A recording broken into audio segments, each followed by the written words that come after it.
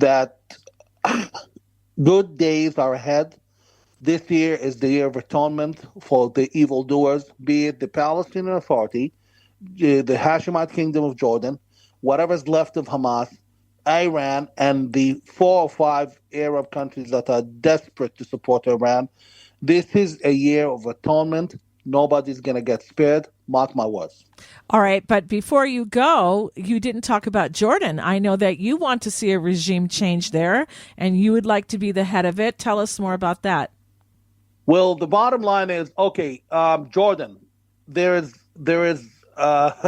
things that has happened that nobody's paying attention of, and this is why I cannot emphasize this enough. Do not trust the so-called experts on your national television. That's it. The regime in Jordan has done the unthinkable to the United States. In December of 2024, Jordan notified American military presence in Jordan that the American fighting jets can no longer operate freely in Jordanian airspace. The reason, as one U.S. admiral told me, the reason the United States has historically dealt Jordan, with a golden glove, is Kid because gloves, yeah. Jordan offered, since 1981, offered 3 operations of U.S. jets over its own space. So Jordan became the dry aircraft carrier for the United States in the region, and it saved them incredible money because they pay aid about 1.7 billion a year versus an average 2 billion a year for a destroyer or an aircraft carrier, which is not going to hold that many jets. So it was a betrayal and basically a spit in the face of the Americans and also a threat to Israel. And this has been the case since December 2024. Do you remember when silly commentators would say, "Oh, Jordan allowed the Israel to use its own airspace, so Jordan's helping us and Jordan is fighting." Jordan actually didn't allow either to use the airspace, and the Jordanian deputy prime minister Ayman Safadi, a Druze by the way, told the media and everyone that Jordan's not going to literally and is going to allow anyone to use the airspace. So Jordan has proven his hostility to the United States. And shortly after the king took that decision, Biden's Secretary of Defense flew to Jordan to meet the king, and the king told him the unthinkable. He told him they offered him a gift of $4.5 billion to help Jordan's economy. And the response was, this is basically a bribe. The response was that no, I don't need it. Why do I need to risk myself and my country? China is giving me $12 billion for infrastructure with no conditions. So $12 billion usually goes to the king's accounts. And before that, he signed an unnecessary deal with China, which cost the Jordanians up to $9 billion for nothing, for an energy unit, energy plant, which Israel offered to offer for free, or actually very discounted price through the gas, and he turned down the Israeli offer and get the Jordanian minded into an incredible gift, Chinese incredible loan, unuseful loan, $500 million a year for a small country, which is the Chinese style. So he let down the Americans. He not helping the Americans. He proven himself to be an obstacle, not an asset. He was caught, smuggling weapons into Gaza through the trucks which were authorized through Israel. You can look up that.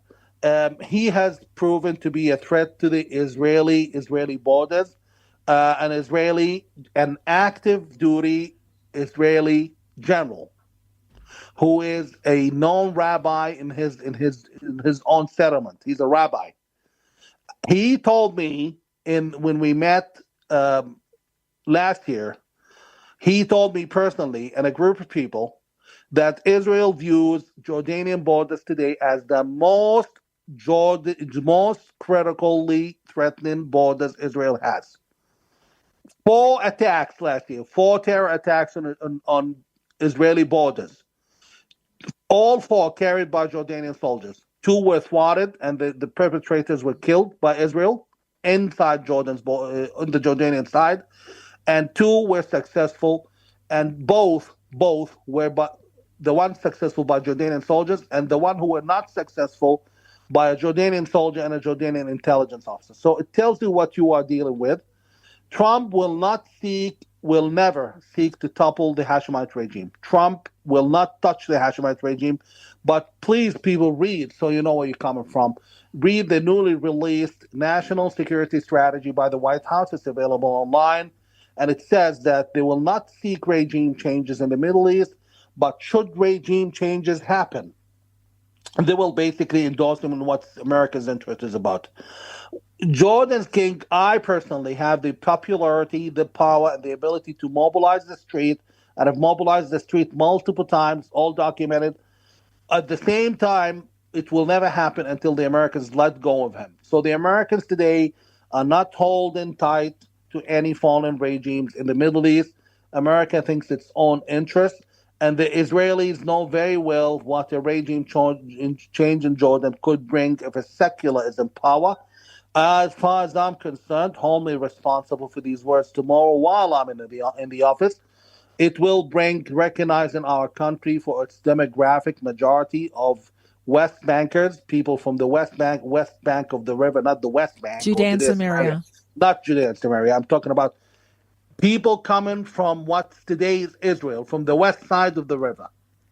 All of them, they are the majority. The Palestinians are the majority in Jordan, proven 95%. I've produced the documents for that in one of my videos. And Jordan must recognize its Palestinian majority presence. And the names in the Middle East, like United Arab Emirates, Qatar, or even Kuwait, they're all fake. We know they're all bogus fake names made by colonial powers. So they want to identify their colonial name as Palestine or Palestinian in Jordan. That's their right because they're the majority. And that's why the king is basically the monkey in the middle of this whole process. Things will change. We have a recent history with our Arab brothers. During war, I was in Israel. I stayed 90 days in Israel during Gaza war in 2014, and I came back to visit Israel twice after that, and then once during this last war, which is last year. I came in December 2024. Israel at wartime, when we were both killing one another, when we were right after the 7th of October, after our folks have burnt Israeli babies alive inside their homes. Israel was still treating us better than our Arab brothers treat us at peace. Israel could, okay, give you a hard time at the checkpoint because there has been terrorists coming along. But the Israeli soldier would not call you dignitary names for no reason. Go to the Jordanian social media. They openly, it's a regular thing to call a Palestinian, even though the so-called Jordanians are the minority in Jordan. Oh, it's very common to use dignitary named racist slurs to describe a Palestinian for no reason. Social media has gone out of control in Jordan. The regime has been inciting against Jordanian Palestinian heritage.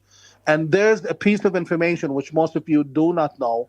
Well, The that would king of have to come from the government because you're saying that 90% of the population of Jordan, you said was It's quote unquote controlled from the government. It's controlled Palestinian. by the government. And there's an actor who's fully embedded with Jordan's government at the time. This is a whole, the Middle East is an insane place.